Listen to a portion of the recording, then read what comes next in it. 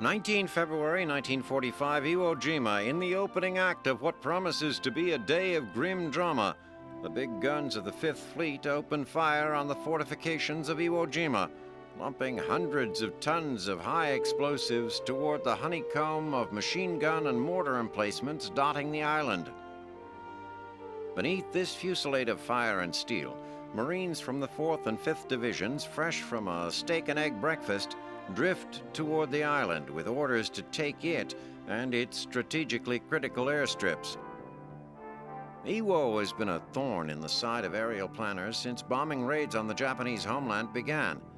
Tojo's radar capabilities on the island, situated directly between U.S. bases in the Marianas and Tokyo, have given the embattled defenders of the home island ample advance warning of impending attacks. In Japanese hands, Iwo's 2 finished airfields forced Uncle Sam's mighty B-29s to execute an excruciating dogleg around the island and to limit their bombing to high-altitude runs of limited effectiveness. With the Sulphur Island under Allied control, bomber crews could depend on fighter escorts all the way to Tokyo. Wounded B-29s would no longer have to ditch at sea. At 8:59 a.m., the first LCVP disgorges its human cargo. Finding that the water's depth quickly drops off to 12 feet or more just past the shoreline, the landing crafts pull nearly to the edge of the beach to allow the Marines safe passage. Each man carries a burden of 50 to 100 pounds, making each step a laborious task. Once on the beach, the Leathernecks find the island itself is a formidable adversary. The surface is a thick paste of gray ash into which they sink ankle-deep with each step. Amphibious tractors and Sherman tanks roll onto the beach and quickly become bogged down in the mire. Difficult tidal conditions turn the landing barges sideways as more craft accumulate behind them, including the 3rd Marine Division, which remains offshore as a floating reserve. The landing party encounters minimal resistance until it reaches the first 15-foot-high terrace at the beach's inner edge. Bursts of machine gun fire begin crisscrossing the beach. 700-pound mortar shells pock the 3,500-yard landing zone with blood-laced craters. The Japanese response builds to a ferocious crescendo. Once ashore, the Marines find 21,000 Japanese, led by Lieutenant General Tadamichi Kurebayashi, a 5th-generation military man who has hidden his forces in a 16-mile maze of tunnels, reinforced by concrete made with the very ash that covers Iwo's surface. 600 machine gun nests overlook every square foot of the island. Kurebayashi's command post sits 75 feet underground, protected by 10 feet of reinforced concrete. The Nipponese defenders are essentially invisible to the invaders. Death rains continuously on the Marines, who look in vain for hiding places on the barren soil. Casualties mount quickly. Incoming troops compete for space on the beach, with the dead and wounded waiting evacuation amid the burning carcasses of crippled vehicles. Only sheer manpower favors the Americans, who quickly resort to grenades and flamethrowers to displace the entrenched enemy. In the absence of a battle line, everyone ashore, medical personnel, support troops, and Seabees alike, is a target. Landing craft wait offshore until the wreckage of boats destroyed in earlier waves can be cleared. In spite of the charnel house atmosphere, the Marines advance a foot at a time, burning out resistance and providing a desperately needed respite for their compatriots. The 5th Division has been charged with the task of securing Mount Suribachi, the dormant volcano at the southwestern tip of the pork-chop-shaped island. It provides Kurebayashi with a vantage point over the entire battlefield.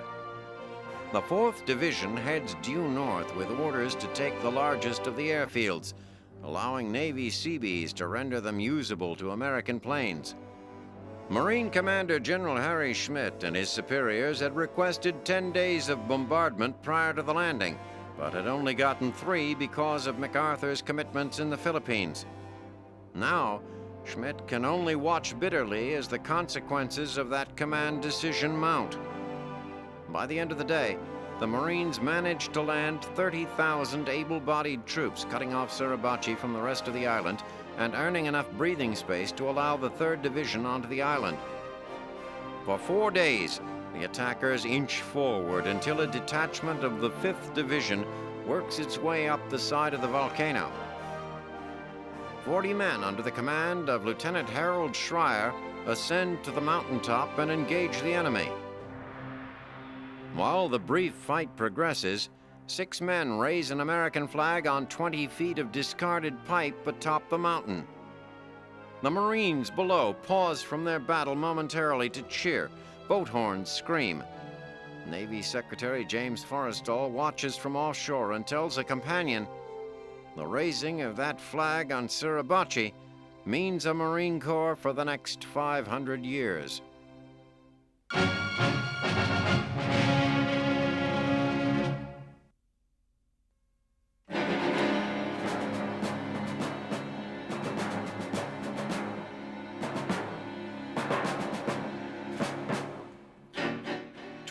February 1945, Jülich, Germany. In the eerie half-light of exploding shells, American 9th and 1st Army troops burst across the Ruhr River and into the enemy's lair.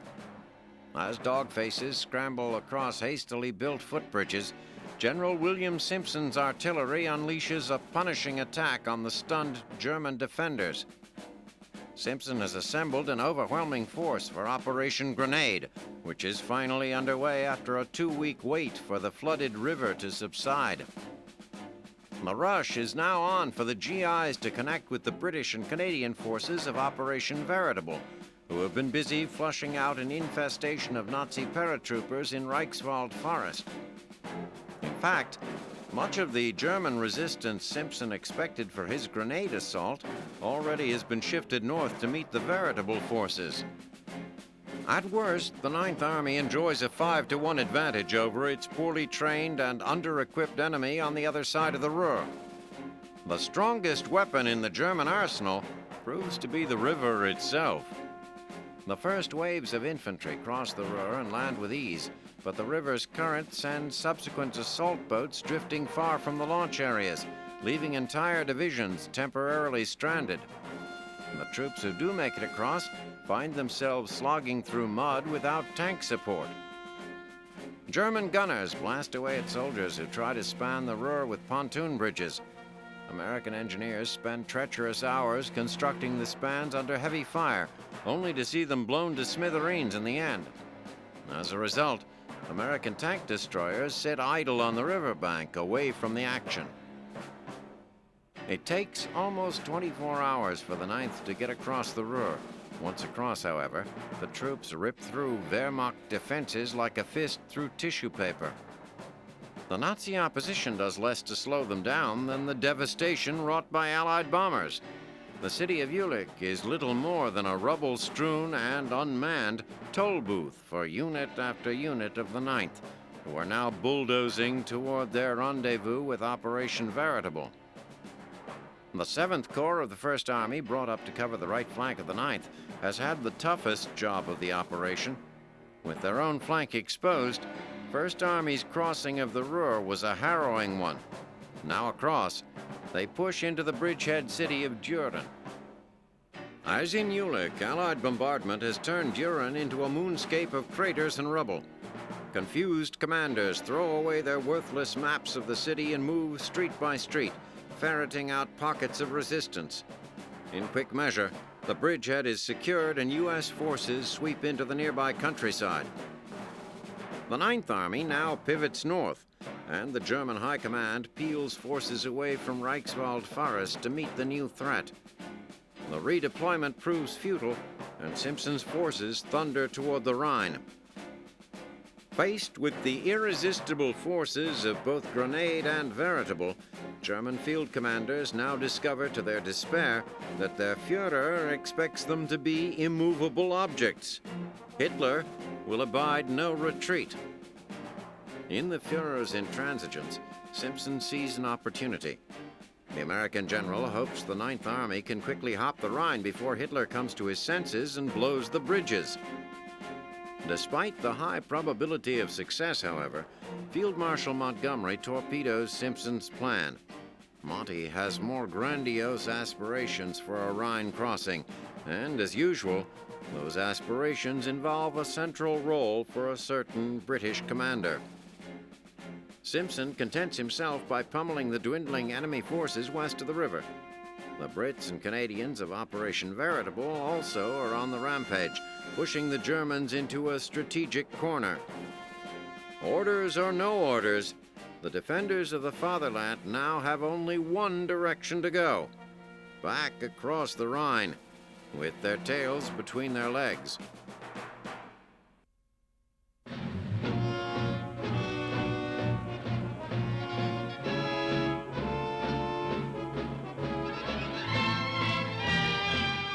February 1945, Luzon. American artillery pounds the ancient walled city of Intramuros, where the last survivors of Japan's Manila Naval Defense Force have entrenched themselves, determined to make a last stand. But the Japanese are down to their last 2,000 men here, and their attackers are looking to make Intramuros their last resting place. Since 12 February, the Emperor's warriors have fought a brutal, desperate war of attrition with the men of Lieutenant General Oscar Griswold's 14 Corps. They engaged the Americans street to street, building to building, and room to room at LaSalle University, the Manila Hotel, and other urban strongpoints. Now, whatever history they have yet the power to write will be written at Intramuros. Built by Spanish colonists in the 16th century with walls that are nearly 40 feet thick and 15 feet high, Intramuros is an imposing fortress. The infamous Santiago prison, where an estimated 5,000 Filipino civilians are held, is located within its massive walls. General Douglas MacArthur has wanted all along to avoid a bloody end to the U.S. seizure of Manila, so Griswold pleaded with Japanese forces to surrender.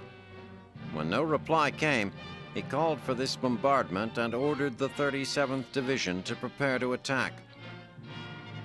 Over the next 5 days, American howitzers blast several openings in the once impenetrable wall.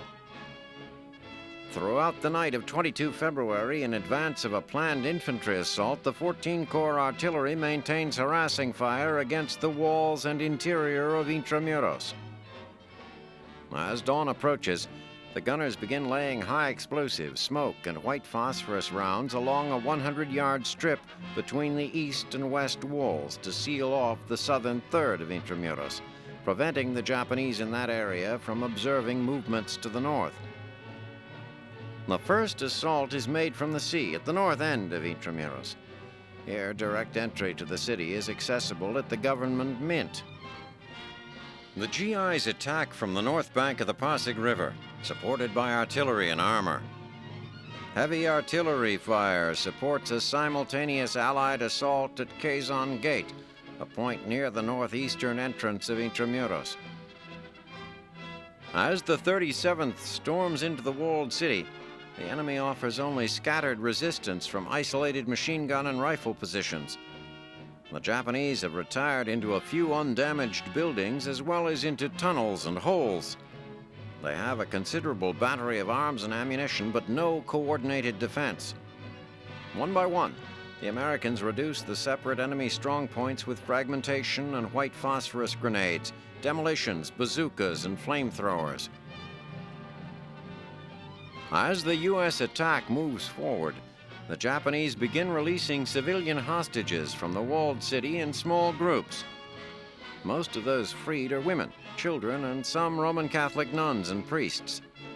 Nearly all of the male civilians had been murdered in Fort Santiago's dungeons long before Allied forces returned to the island. By morning on 24 February, the 37th Division has contained the last of the Japanese resistance in the aquarium, located in a bunker off the southwest corner of Intramuros. An American unit discovers an undefended tunnel connecting the bunker to the main wall and uses it as an assault route while the rest of the battalion provides fire support. Spreading grenades and bazooka fire ahead of them, the Americans break into the aquarium with little trouble. An hour and a half and 115 dead Japanese later, the last organized resistance within the walled city has been neutralized. After 6 brutal days, what's left of Intramuros is in American hands. Thousands of corpses litter the streets. The city itself has been almost completely destroyed, and so has General MacArthur's dream of taking the Pearl of the Orient intact.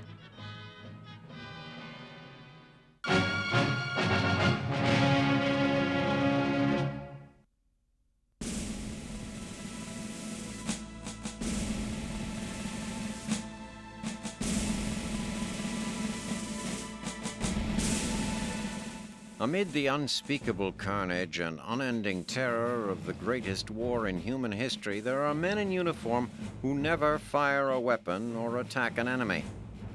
They serve stoically on the battlefields, facing the same specter of death and capture that menaces their gun-bearing comrades, armed only with the fragile symbols of their merciful offices, protected only by the abstract umbrella of a set of rules outlined in the Geneva Conventions. These are the military chaplains and medical personnel who risk their lives, their faiths, and their liberty, protecting the spiritual and physical well-being of the fighting boys on the front lines.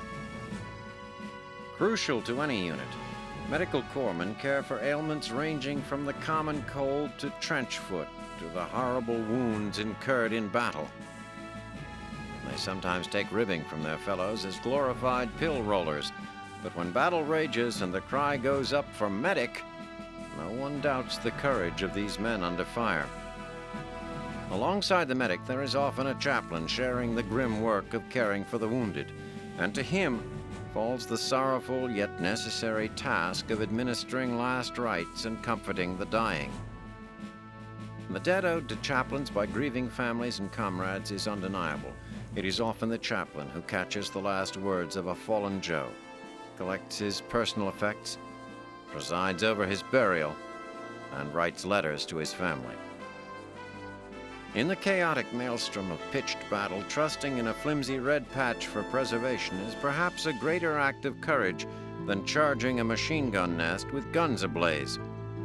But implacable medics, litter bearers, and chaplains work their way among the fallen, perhaps obscured in dust and smoke, enveloped in the deafening roar of artillery and gunfire, attempting to dispense hope and comfort while not becoming casualties themselves. Frequently, they are not so lucky. Though signatories of the Geneva Convention are pledged to respect the medical and religious personnel of all belligerents, mistakes in the heat of battle are almost unavoidable. For that reason, the red cross worn on the helmet is viewed by some as both blessing and curse. The symbol that is supposed to protect also identifies, and stories abound of medics who are targeted by snipers, prompting gallows humorists to call the crosses aiming stakes. Occasionally, ambulances and field hospitals, though clearly marked, come under bombing and strafing attacks. Such occurrences are usually blamed on miscalculation, but the victims are always left with the suspicion of intent and the temptation to avenge.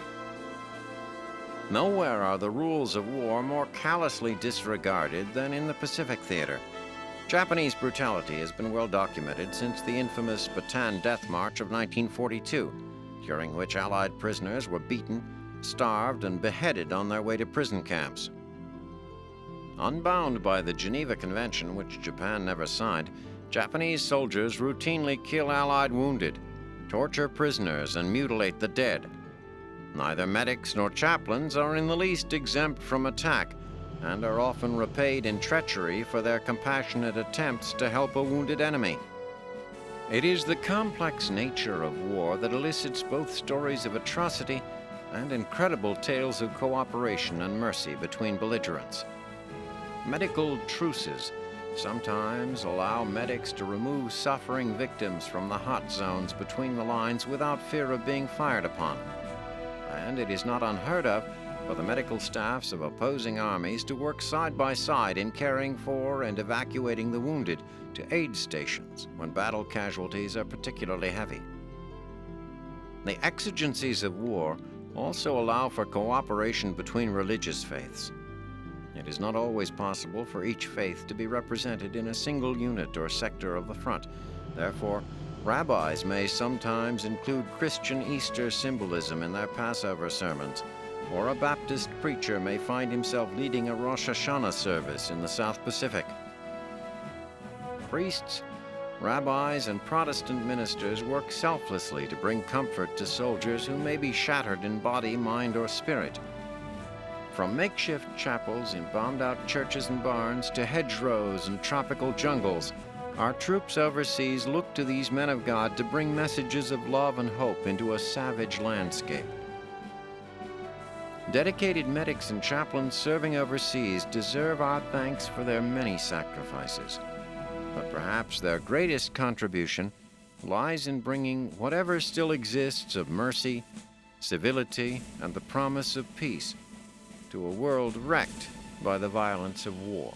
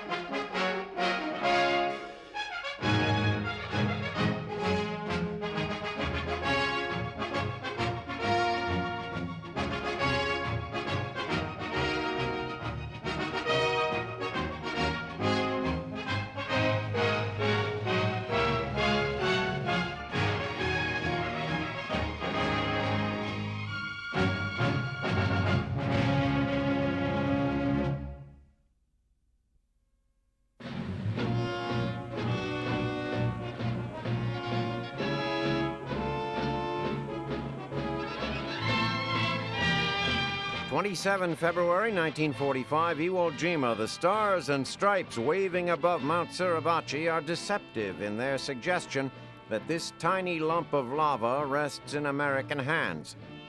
At ground level, Marines and Japanese regulars still contest nearly three-quarters of the ash-covered island, with its Spartan airstrips as the prize. Backed by airstrikes from offshore carriers and from elements of the 7th Air Force flying out of Guam, the 3rd, 4th, and 5th Marine Divisions claw their way northeast, prying loose Japanese defenders firing from caves and concrete bunkers.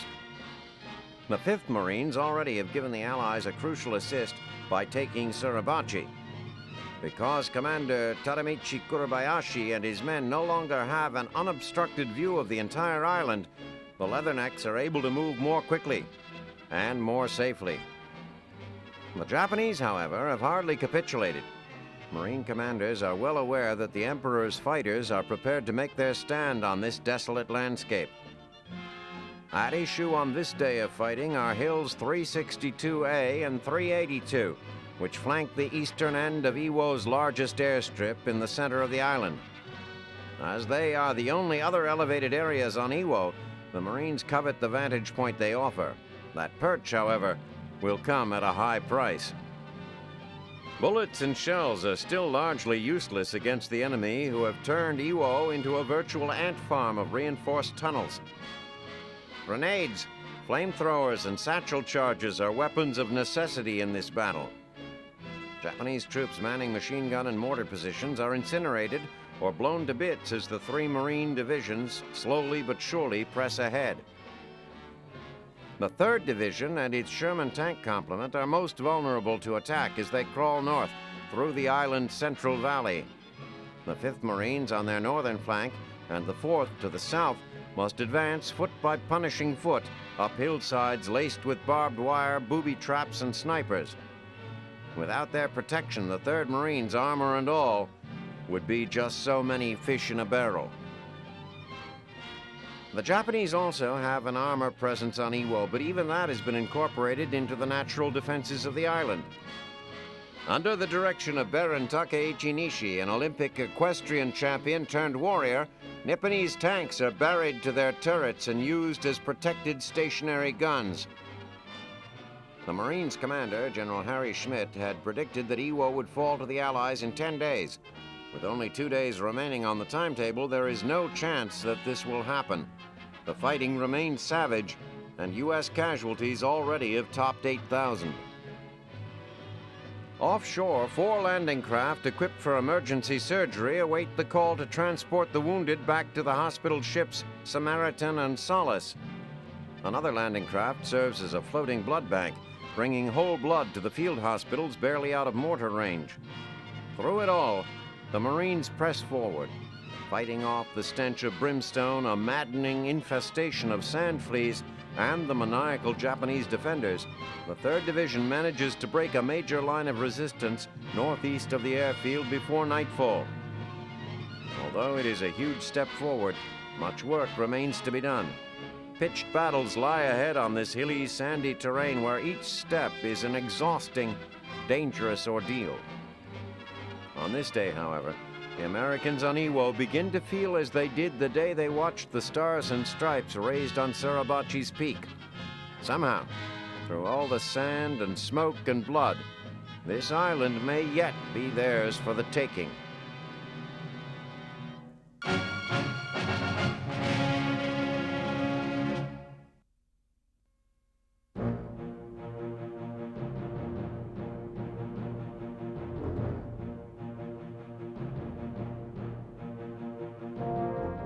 The job of the scout, as described in Army manuals, is to provide fresh, detailed, accurate information on enemy forces to prevent surprise. Through history, scouting or reconnaissance has been carried out in a number of ways by men and animals. With the invention of mechanized warfare, this task has been assumed by a combination of naval, aerial, and ground units. Since the beginning of the war, the Navy has used a variety of vessels to accomplish reconnaissance. Fast-moving PT boats prove their worth time and again in the Philippines and South Pacific. They move quickly and stealthily through the narrow waterways and inlets assigned them, gathering information about the disposition of Japanese defenses. Submarines prove useful for getting deep behind enemy lines to gather important data on the composition of enemy forces, to take photographs, and to act as spotters for invading forces. In the air, naval patrol bombers of the PBY Catalina and Martin Mariner types, previously used for rescuing men and delivering supplies, have become the long-range eyes of the Navy. It was a Catalina that spotted the Japanese carrier force at Midway, leading to that great victory. Smaller scout planes, such as the Seagull, Kingfisher, and Seahawk, serve as artillery spotters for naval gunners lending fire support or engaging surface ships. The Army adopted this method in Sicily, using small L-5 Sentinel liaison aircraft as spotters. These planes flew from modified freighters turned into carriers for the invasion to act as the eyes of the landing Allied army, pointing out enemy defenses waiting on the beach. The Army Air Forces are also assigned the task of securing information from the air through photographic or visual means. To this end, the service has employed a number of planes as scouts, from special reconnaissance aircraft such as the P-38 Snoop Droop to heavy bombers like the B-29. On a daily basis, these aircraft fly over the continent of Europe and the vast expanses of the Pacific, taking pictures of an unsuspecting enemy. The photographs are taken back to airfields where they are quickly developed and passed to Allied commanders, who use the information to plan raids deep into the enemy's territory. Details such as the number of anti-aircraft guns, fighters, and fortified emplacements are noted and planned for. Targets are picked out and assigned to various squadrons. Navigators are familiarized with destinations and bombardiers provided with reference points for bomb runs. After the raid, more reconnaissance planes fly in to determine the success of the attack and whether new strikes need to be planned. With the fluid motion of battle lines and sometimes impassable terrain, new ways have been developed to employ reconnaissance aircraft. The Office of Strategic Services designed a system for using light scout aircraft launched from a cable suspended in the air. A 9-man crew is either parachuted or sent by truck behind enemy lines into an area where it is otherwise impractical to build an airfield. When they reach their objective, they quickly deploy a series of poles and string a suspended cable. This allows the light aircraft to be captured in mid-air. The pilot then passes on information or receives information, climbs back into his plane, is relaunched in slingshot fashion. On the ground, the Army, too, has its own specialized reconnaissance forces. In the age of mechanized warfare, armored vehicles now do the jobs once done by horses. Self-propelled howitzers, half-tracks, light tanks, and armored cars go places never dreamed of by the cavalrymen of old. Lightly armed and designed for maneuverability, these units most frequently are employed in a tactic known as the smother approach. In this maneuver, most common on the Western Front, armored cars dash up to the enemy lines en masse, probing for weak spots. Russian generals still prefer to depend on their infantrymen to be their army's eyes and ears on the battlefield. That is why they still most often use the sneak approach to reconnaissance, sending small groups of soldiers behind enemy lines to gather information and return. While modern war may give us still more innovations as yet undreamed of, it is doubtful that any will replace the common soldier.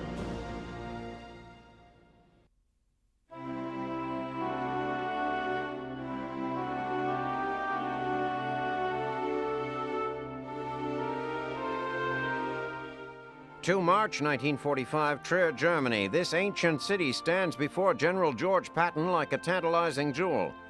But its Nazi artillery, pillboxes, and anti-tank defenses have kept him from seizing it. Until now. Eager to follow in the footsteps of Caesar, Patton tried capturing the former Roman outpost in October, but fell short of the Siegfried Line. The general blamed that failure on a lack of manpower and resolved not to be caught thus short again.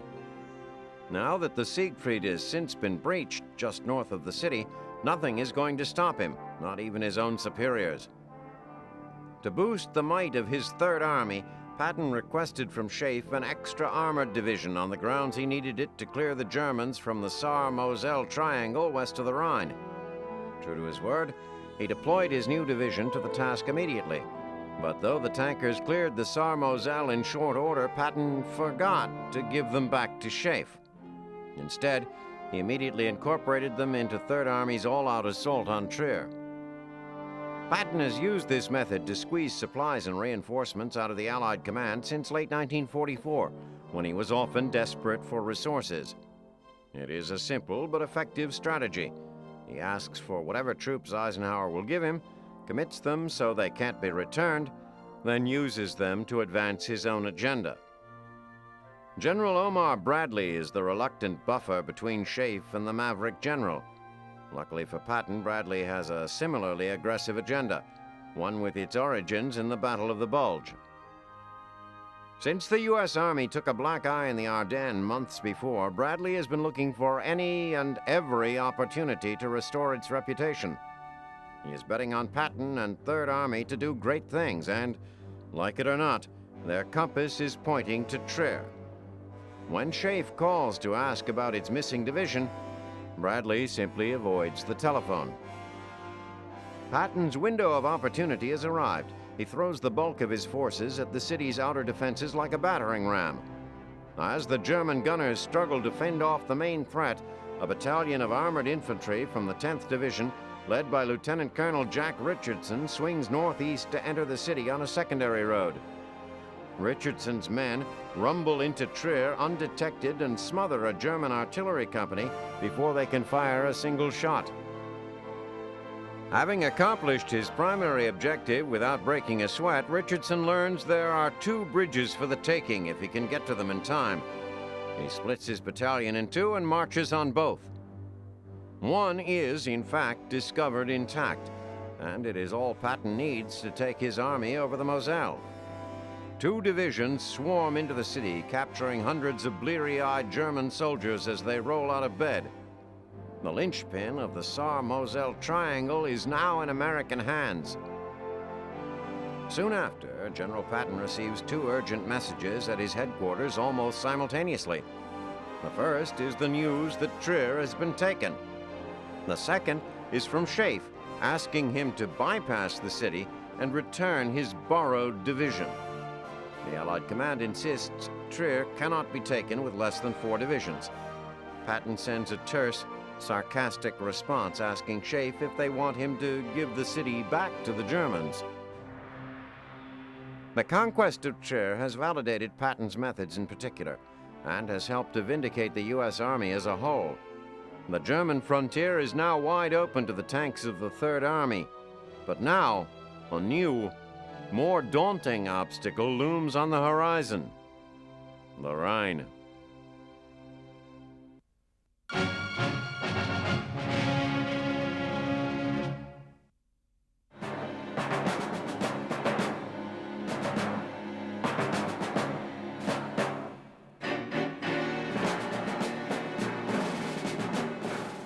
February 26, 1945, the Philippines. The progress of the American invasion of Corregidor has exceeded expectations. The Japanese force, leaderless since the first hours of the assault, has gone to ground and continues to fight savagely and sporadically from its scattered caves, bunkers, and tunnels. The ROC Force, combined elements of the 6th Army and the 11th Airborne Division under the command of Colonel George Jones, took Malinta Hill and Topside, the high ground of this stony fortress at Manila Bay, early in the fighting. But now they must root out the defenders from their subterranean hiding places. A week of mopping up action has focused on just that, but the enemy refuses to surrender even when death is inevitable. Fanatically devoted to their emperor and sworn to give their all, they are content to make their graves on or beneath Corregidor. American troops now deal death in a chilling variety of ways as they go about the destruction of Japanese strongholds. What naval bombardment cannot reach, napalm incinerates from above. What howitzers, rifles, and machine guns cannot blast away, white phosphorus grenades and flamethrowers burn to cinders. When it is clear the remaining defenders cannot be induced to leave their caves, U.S. engineers seal the entrances with blasts that entomb the holdouts in mausoleums of charred, jagged rock.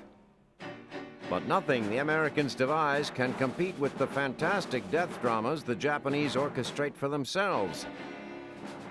Even though tremors from underground explosions have shaken them for days, the men of ROC Force are not prepared for the devastating blast at Monkey Point on 26 February.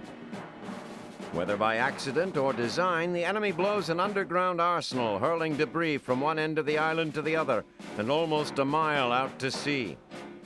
The bodies of Japanese and American soldiers lie everywhere, twisted and torn apart, creating for already overworked medics even more gruesome work, clearing up the remains and giving treatment to those lucky enough to survive. No organized resistance remains on Corregidor, but in the presence of so much death, the American triumph will go largely uncelebrated. Uncelebrated, that is, except by General Douglas MacArthur. The stain on his record expunged, General MacArthur visits the island on 2 March. With the fall of Manila imminent, Corregidor's recapture places the cork in the Manila Bay bottle. Seeing the flagpole intact, MacArthur rises to the occasion. Have your troops hoist the colors to its peak, and let no enemy ever hold them down.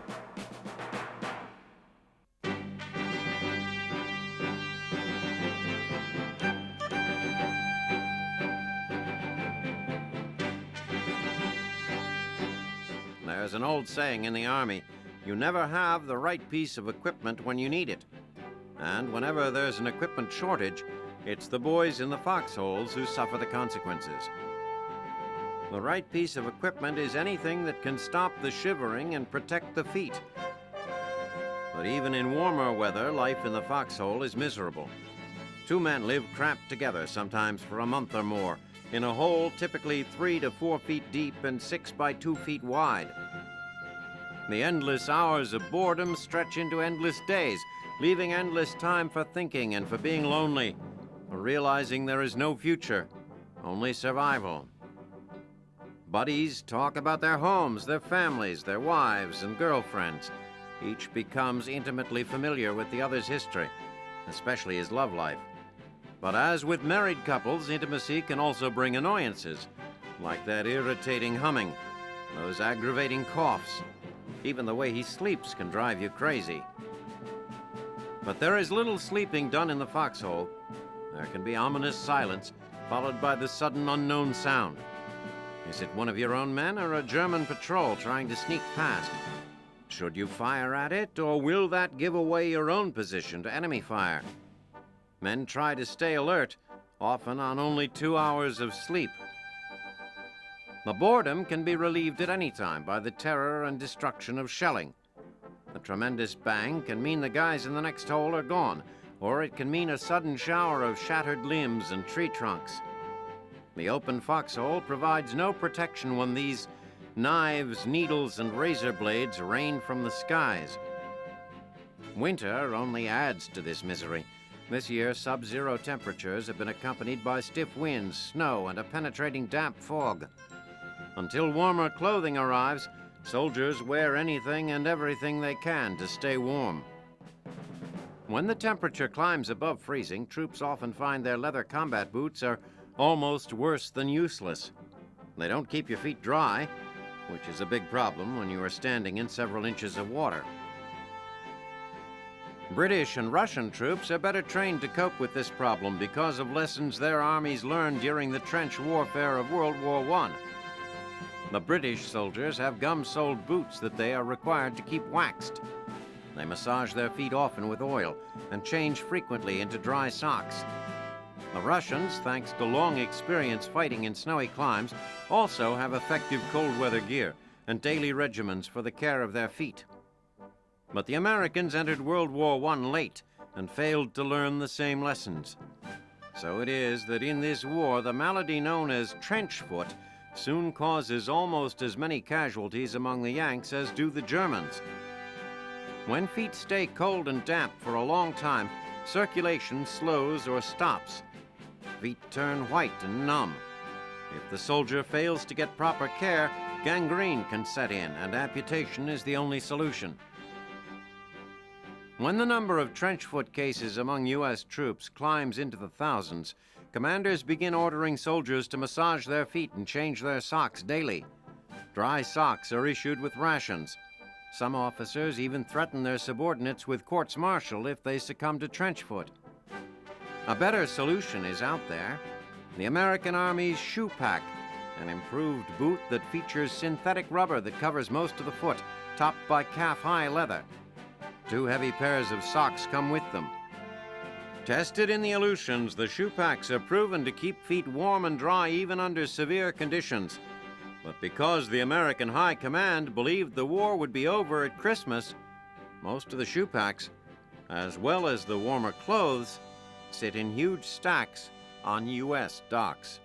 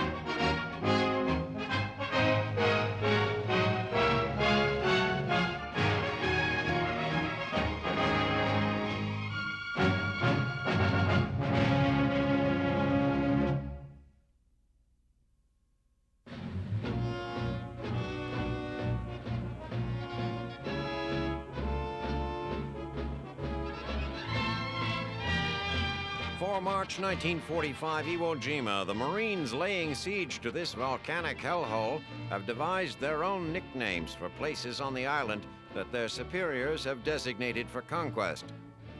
Nondescript official names like Hill 362 have been replaced with more colorful monikers, like Turkey Knob or the Meat Grinder or the Amphitheater.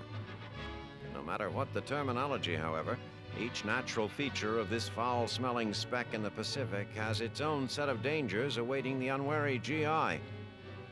For their part, the hopelessly outnumbered Japanese know they cannot expect an 11th-hour rescue.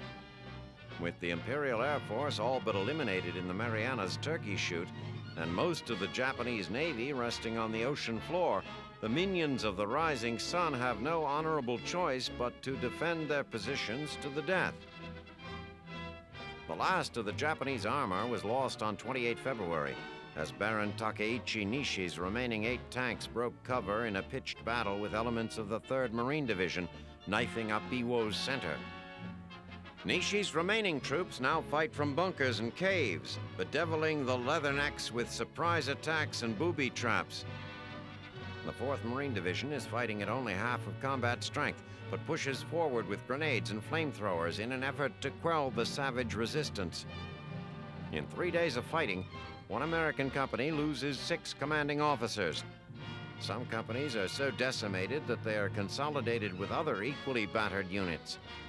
These patchwork units press on, fighting sun, sand, and insects, along with the Japanese, and enduring one grueling ordeal after another in pursuit of their objective.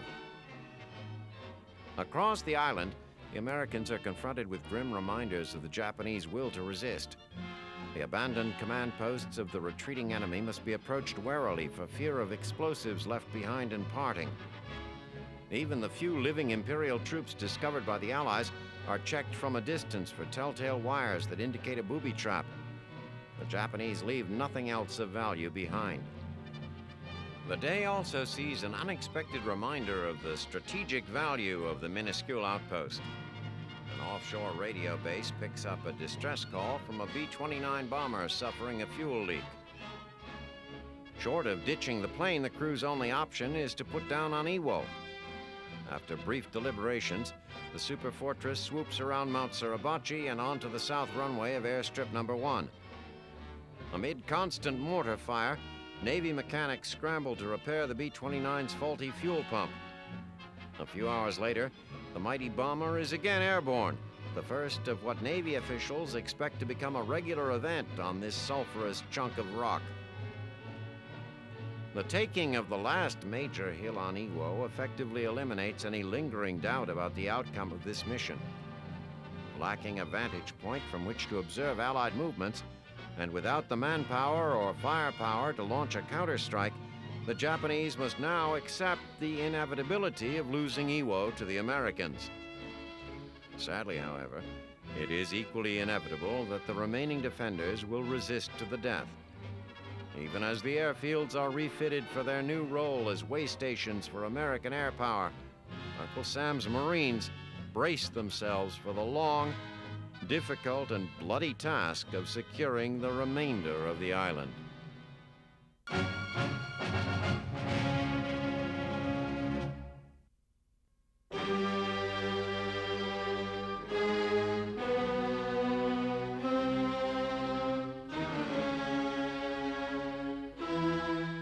6 March 1945, Berlin. Adolf Hitler, who so recently lorded over Europe like a heavyweight champion, now reels from the pummeling of his enemies like a punch-drunk amateur, reduced to throwing ineffectual local counter-punches.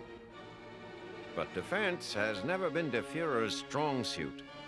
He orders what is likely to be his last major offensive in Hungary. As usual, his goals are as grandiose as his resources are paltry. Hitler orders 22 divisions to attack eastward from the area north and south of Lake Balaton and make for the Danube. Their mission? To encircle and destroy the Soviet Third Ukrainian Front. As he did with his failed Ardennes offensive, Hitler sets the ultimate goal of this attack far beyond any reasonable expectation of success. He orders his diminished divisions to smash an entire Soviet army group, and then drive to Romania and retake the oil fields at Ploiești. To lead Germany's last forlorn hope, codenamed Spring Awakening, Hitler promotes General Otto Wehler to Commander Army Group South. The main striking force, the 6th SS Panzer Army, will be led by an old Führer favorite, the stalwart SS General Josef Sepp Dietrich. German infrastructure is in such disarray that it has taken Dietrich 6 weeks of arduous travel from his Ardennes command to take up his new posting in Hungary.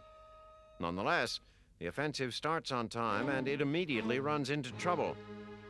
In the marshy area around Lake Balaton, Dietrich's panzers, counting on frozen solid ground, find that an early thaw has turned the area into a morass. To make matters worse, a few local counterattacks against Soviet bridgeheads merely alert 3rd Ukrainian Front Commander Marshal Fyodor Tolbukin to the presence of SS troops. At this late stage of the war, the Russians know large numbers of Hitler's elite are a sure sign that a German attack is on the way. Tolbukin wastes no time in readying an appropriate reception for the Wehrmacht, mining roads and positioning anti-tank weapons in depth along the Nazi routes of advance. The Germans make some small gains, but inclement weather and wily Soviet commanders contain Spring Awakening before it has a chance to fully develop. On 16 March, the Russians launch their counteroffensive. German troops, exhausted and grossly overextended, lose their famed resiliency as soldiers. They now truly believe the war is lost and simply refuse to fight or follow orders. Perhaps this last lunge of the Wehrmacht has produced some ancillary benefits after all. Spring Awakening has opened the heretofore closed eyes of Hitler's select troops. Now the name of the game is simple: survive. Survive to retreat. Retreat to surrender. Surrender to the West.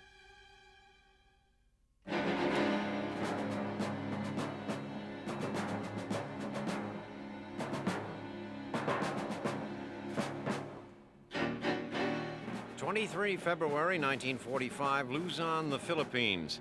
3 weeks after American troops first pushed across the city limits on 3 February, the savage, no-holds-barred fight for Manila continues to rage. Relentless building-to-building and room-to-room fighting, along with constant pounding by artillery and mortars, has turned the Pearl of the Orient into the armpit of the earth. Endless blocks of homes are in ruins. Most buildings are destroyed. Clearing Manila of the Japanese has proven far more difficult and costly for U.S. forces than their spectacular initial rush promised. And it is horrendously different from the triumphant victory parade General Douglas MacArthur had envisioned. While elements of the 37th Division have been clearing the walled city of Intramuros, other troops of that division, with some help from the 1st Cavalry Brigade, have been pounding away at the Japanese occupying Manila's government buildings and her South Port area. There are relatively few Imperial troops left to hold the South Port, but they are well placed and dug in, and they managed to hold out for 2 days. After hours of constant mortar and small arms fire, some 250 Japanese soldiers do the unthinkable. They surrender. On 24 February, the American cavalrymen make short work of the holdouts and secure Southport the next day. But the action at the government district is a different story. Initially, the strength of the Japanese garrison is unknown. A combined assault force bombards the buildings point blank with howitzers, tank guns, and mortars. On the morning of 26 February, after the building's defenses have been softened up by the bombardments, the 1st Infantrymen of the 37th enter and meet stiff resistance at the Legislative Building. Meanwhile, the 5th Cavalry tries to enter the Agriculture Building, but Japanese fire from nearby forces them to break off their attack and seek cover. Repeated assaults are attempted over the next 2 days, but to no avail. The enemy holds on tenaciously. Finally, on 1st March, After appealing unsuccessfully to the remaining defenders to surrender, the Americans used demolitions and gasoline to burn out the last Japanese soldiers in the building. Throughout the city, the sheer weight of American firepower begins to take its toll, and Japanese defenses begin to crumble. Several small groups of Japanese soldiers surrender over the next 48 hours. As word spreads that the defense of the agriculture building has failed, the last Japanese troops lay down their arms on 3 March. At last, Manila is retaken, but the cost has been terrible. 14 Corps has lost over 1,000 men killed and more than 5,500 wounded during the month of fighting. More than 16,000 Japanese have sacrificed their lives for their emperor, and ultimately for nothing. Few civilian populations anywhere have endured more intense horrors than Manila's. More than 100,000 Filipinos in the capital are dead, either caught in the crossfire or murdered by the doomed Japanese garrison. On 27 February, General Douglas MacArthur makes his way through this scene of utter destruction and violence to Malacañang Palace. Here, on behalf of the United States government, the general returns constitutional power of the Commonwealth to President Osmeña and the Filipino people. Your capital city, cruelly punished though it be, has regained its rightful place, says MacArthur, citadel of democracy in the East.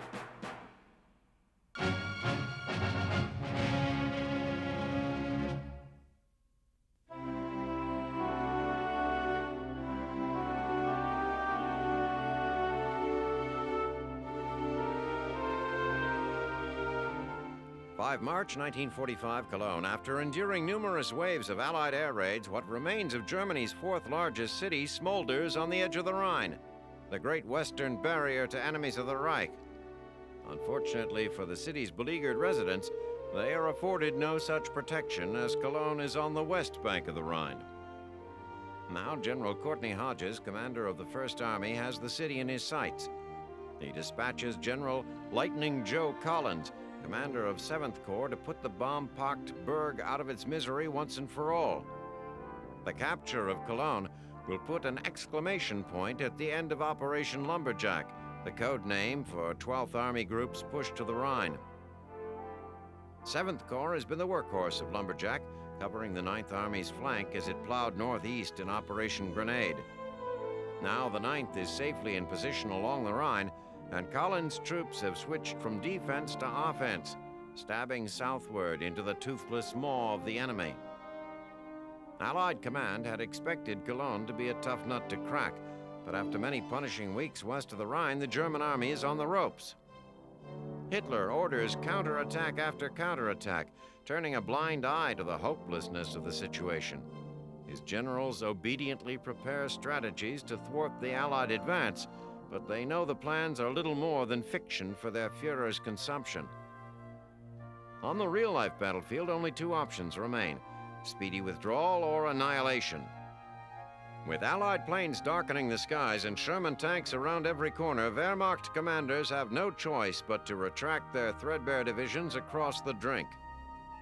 A token force of the untrained and the unfortunate are left behind. General Friedrich Kirchling's 133rd Corps has drawn the short straw to defend Cologne. He spreads the vestiges of 3 divisions in a thin outer ring, leaving the interior to the befuddled townsfolk.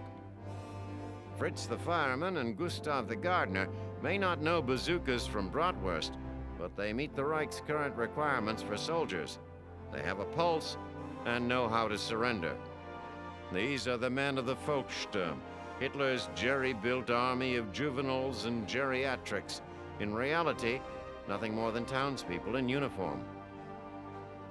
The battle-hardened troops outside the city are altogether another matter. The dwindling ranks of the 9th Panzer Division still have some fight left in them. General Maurice Rose's 3rd Armored Division, pushing to Cologne from the north, is discovering that German steel makes for the worst kind of speed bump. For all its tenacity, however, the 9th Division ends up as so many flaming panzer patties. On the city's southern edge, the story is much the same. The American 8th Division must weave its way around coal mines and panzer fire, but ultimately overwhelms the Germans. In all, the fighting outside Cologne takes less than a day.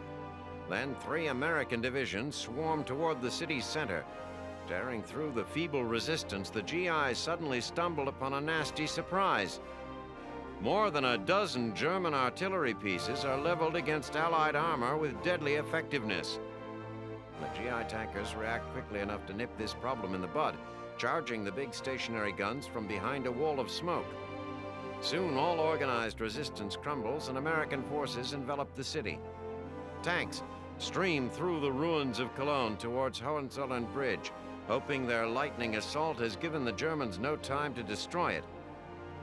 They needn't have hurried. The bridge is now a pile of twisted steel and brick, much like the rest of the city. Up and down the river, in fact, bridges are being blown to smithereens as the Wehrmacht makes its belated withdrawal. If the Allies want to get to eastern Germany, it seems there will be no escaping the cold waters of the Rhine. With Operation Lumberjack complete and Cologne in Allied hands, First Army is well ahead of schedule. An intact bridge would have been a coup, but it was never part of the plan. However, as events unfold in a nearby town named Remagen, Allied commanders are about to discover that plans change.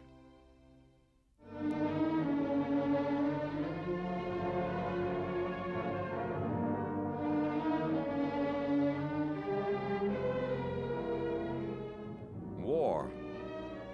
Was there ever a more full-time job? Was there ever any human endeavor that so saturated the lives of its participants? Is there any activity of mud and blood that allows one less time to sit, less time to relax, less time to let the mind wander? And yet, even in war, there are fallow moments. Moments when, perhaps against one's will and better judgment, thoughts drift.